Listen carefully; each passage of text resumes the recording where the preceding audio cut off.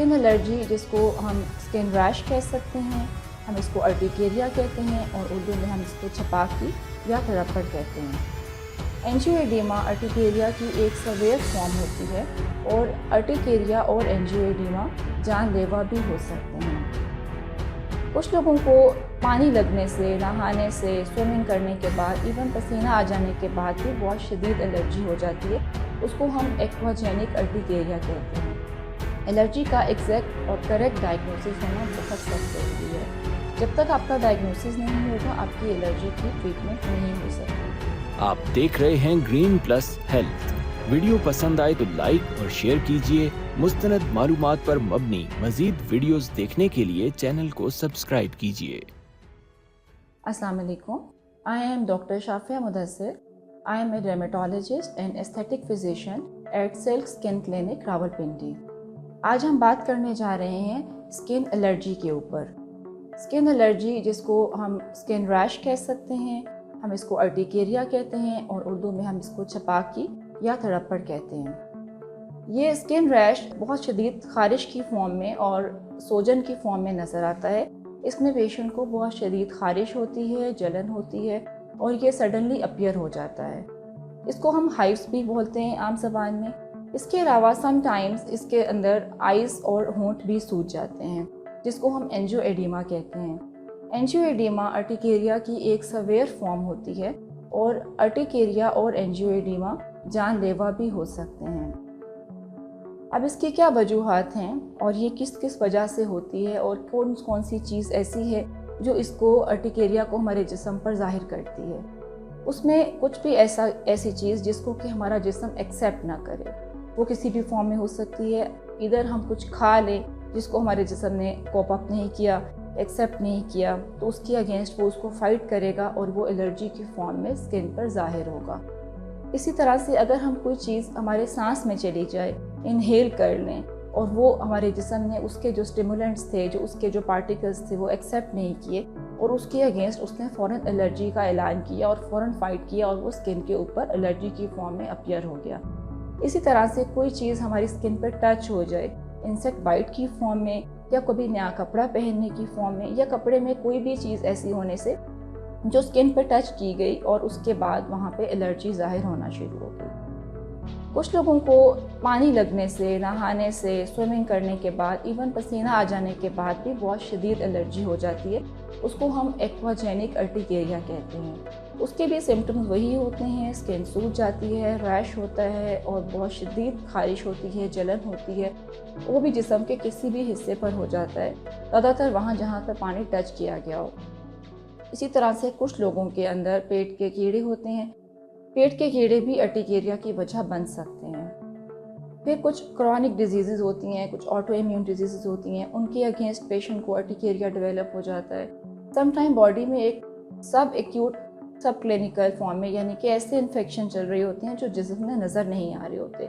ना बुखार हो रहा है, ना पेशेंट को कोई और सिम्टम्स आ रहे हैं, ना उसका जिस्म दर्द कर रहा है, लेकिन उसके जिस्म में एक हल्का इन्फेक्शन चल रहा है।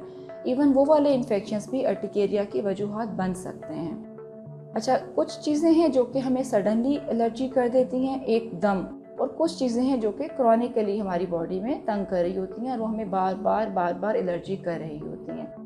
अच्छा, यहाँ मैं आपको एक चीज़ क्लियर कर दूँ कि एक्यूट और क्रॉनिक अर्टिकेरिया, आप सोच रहे होंगे कि क्या होगा। एक्यूट अर्टिकेरिया वो होता है जो सडनली अपीयर हो गया और उसके बाद वो 24 घंटे के अंदर अंदर वो पैचेस ठीक भी हो गए।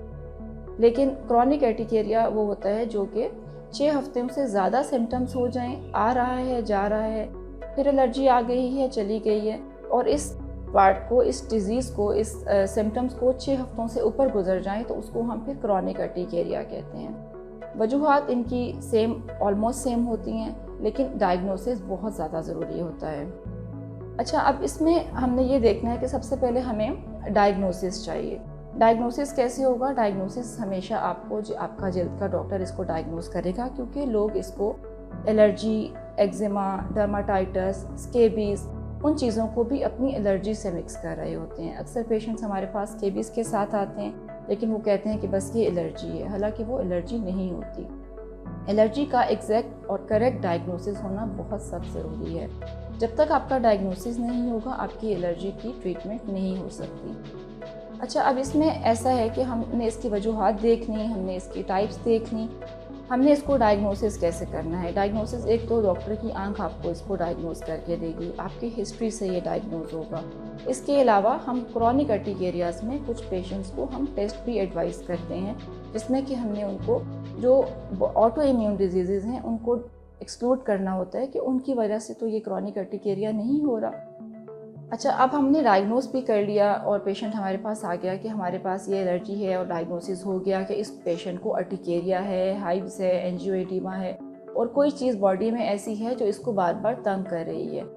सबसे पहले इसमें मैं एक डायरी बनवाती हूँ पेशेंट की, जिसमें कि हम ये देखते हैं कि आज के दिन पेशेंट ने क्या क्या नया खाया और फिर हम उसमें 1 बाय 1 उसकी डाइट से और फिर उसकी जो टचिंग की चीज़ें हैं और जो पेशेंट की रूटीन है उसमें से हम चीज़ों को 1 वीक के लिए एक्सक्लूड करते जाते हैं और उसको हम नोट डाउन करते जाते हैं। इस तरीके से पेशेंट जो है वो इस नतीजे पे पहुंचता है कि कौन सी चीज़ है जो मुझे तंग कर रही है।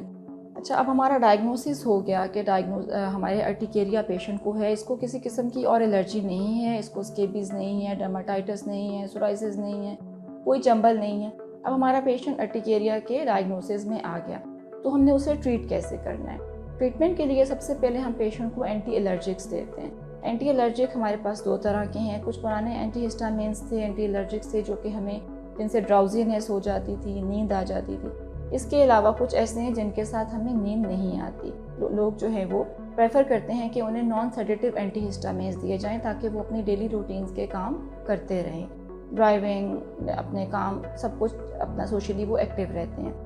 इसके अलावा हमने इसमें कुछ समटाइम्स ओरल जो स्टीरॉइड्स हैं उनको देखना होता है, साइक्लोस्पोरिन्स देखने होते हैं। इसके अलावा आजकल हमारे पास बहुत अच्छे बायोलॉजिकल एजेंट्स भी हैं। जब क्रॉनिक अर्टिकेरिया में पेशेंट चला जाए और किसी तरह से उसके सिम्टम्स ठीक ना हो रहे हों तो फिर हम उसे बायोलॉजिकल्स के लिए मैनेज करते हैं, उसका डायग्नोज करके उनके बेसलाइंस चेक करके फिर हम उन्हें बायोलॉजिकल्स पर डालते हैं। उसके साथ भी पेशेंट बिल्कुल सिम्टम फ्री रहता है और उनके साइड इफ़ेक्ट्स नहीं होते अनटिल अनलेस कि आप उनको खुद से ना ले लें। एक डॉक्टर के साथ आप अपनी मैनेजमेंट के साथ, प्रॉपर डायग्नोसिस के साथ, टेस्ट के साथ आप अपनी मेडिसिन्स लेंगे तो वो मेडिसिन्स आपको कभी भी कोई साइड इफ़ेक्ट्स नहीं देंगी। और नंबर 2 ये कि वो आपको सिम्टम फ्री और एक सोशली एक्टिव लाइफ देंगी। तो आज की वीडियो से हमने क्या लर्न करना है कि एक तो आपकी जो भी डिज़ीज़ है स्किन की, आप उसको मिस डायग्नोस ना कीजिए, आप उसको डर्मेटोलॉजिस्ट के पास चाहिए, उसका डायग्नोसिस होना चाहिए और under the roof of dermatologist आपकी ट्रीटमेंट होनी चाहिए, आपकी इन्वेस्टिगेशंस होनी चाहिए। इस तरीके से आप एक हेल्दी और फ्रेश और सिम्टम फ्री और एक हैप्पी लाइफ गुजार सकते हैं और आपकी स्किन भी इसके साथ बहुत हेल्दी रहती है।